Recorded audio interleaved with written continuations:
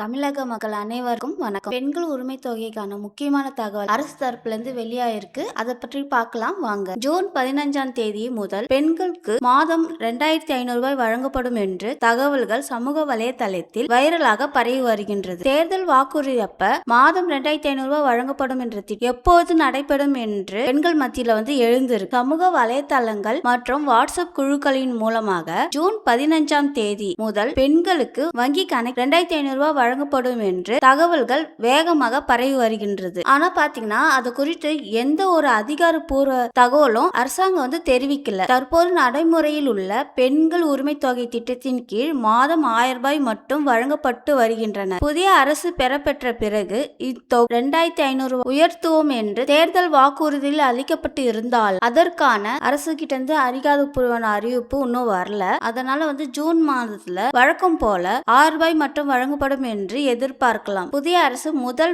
முழுமையான பட்ஜெட் கூட்டத்தொடரில் ஜூன் இறுதியில் அல்ல ஜூலை மாதம் நடைபெறலாம் என்று கூறப்படுகிறது. அப்பொழுது பெண்களுக்கான நிதி உதவி திட்டம் தொடர்பான விவரங்களை அறிவிப்புகள் வெளிவர வாய்ப்பு இருப்பதாக அதிகாரிகள் கூறுகின்றனர். இந்த 2500 ரூபாய் மகளிர் உரிமை தொகைக்கான பற்றி தகவல்கள் வெளியாவதை பொதுமக்கள் நம்பாமல் அரசு அதிகாரப்பூர்வ அறிவிப்புகள் மட்டும் பொதுமக்கள் பின்பற்ற வேண்டும் என்று அரசு தரப்பில் அறிவித்துள்ளனர். இந்த வீடியோ பிடிச்சிருந்தா லைக் பண்ணுங்க.